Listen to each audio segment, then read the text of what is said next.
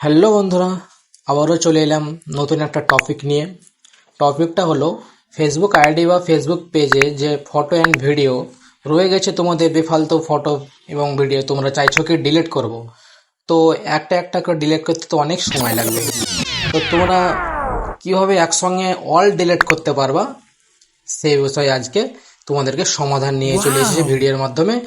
তো অবশ্যই তোমরা দেখবে ভালো করে, ভিডিওটা স্কিপ করবে না। ভিডিও যদি স্কিপ করে যাও তো বুঝতে পারবে না, তো অবশ্যই ভিডিওটা পুরোপুরি ওয়াচ করবা। তো চলো মোবাইল স্ক্রিনে যাওয়া যাক। তো চলো আমরা এখন মোবাইলের স্ক্রিনে চলে এসেছি। তো এখান থেকে আমরা ফেসবুক আইডিটা ওপেন করে নেব।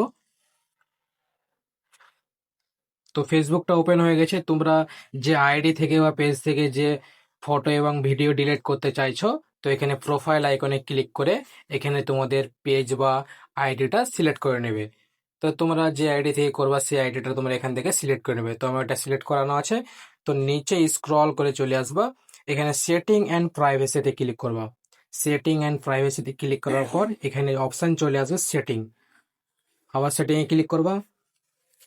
তো নিচে স্ক্রল করে চলে আসবে করে, নিচে স্ক্রল করে আসার পর এখানে লেখা থাকবে অ্যাক্টিভিটি লগ। এই অ্যাক্টিভিটি লগে ক্লিক করার পর এখানে তোমরা ইওর ফেসবুক অ্যাক্টিভিটিতে ক্লিক করবা।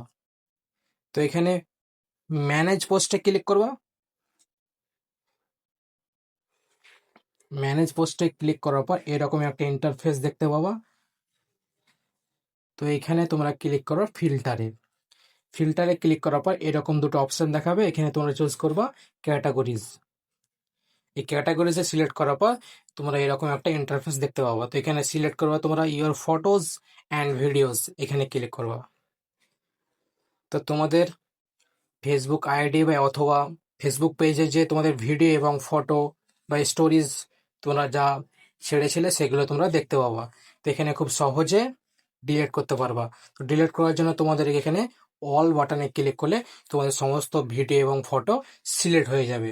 তো এরকম এটা সিলেক্ট করার পর তোমরা ডিলিট করবে। এখানে রিসাইকেল বিন এখানে ক্লিক করা করলে মুভ টু ট্রাস্ট এখানে ক্লিক করলে তোমাদের সকল ভিডিও এবং ফটো ডিলিট হয়ে যাবে। তো এরকম ভাবে তোমরা খুব সহজে ফটো এবং ভিডিও ডিলিট করতে পারবে। তো আমি আমি আমার ফেসবুক আইডি থেকে আমি ভিডিওগুলো ডিলিট করছি না, তো তোমরা অবশ্যই ডিলিট করে নেবে।